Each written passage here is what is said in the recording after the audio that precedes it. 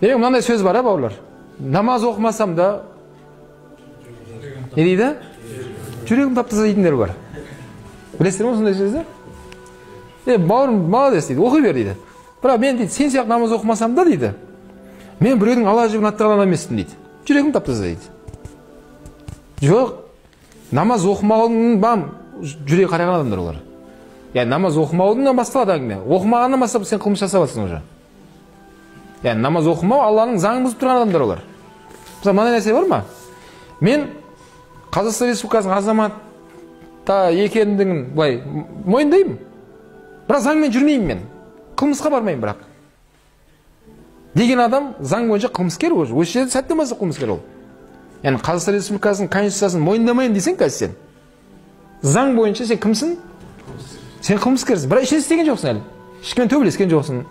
Баратын біреудің зартын тартып алған жоқсың. Ешкім істеген жоқсың.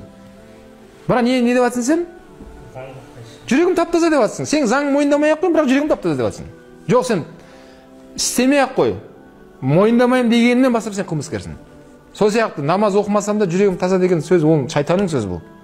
Мына жүрек таза ағарады, тазарады қашан? Адам намаз оқыған кезде.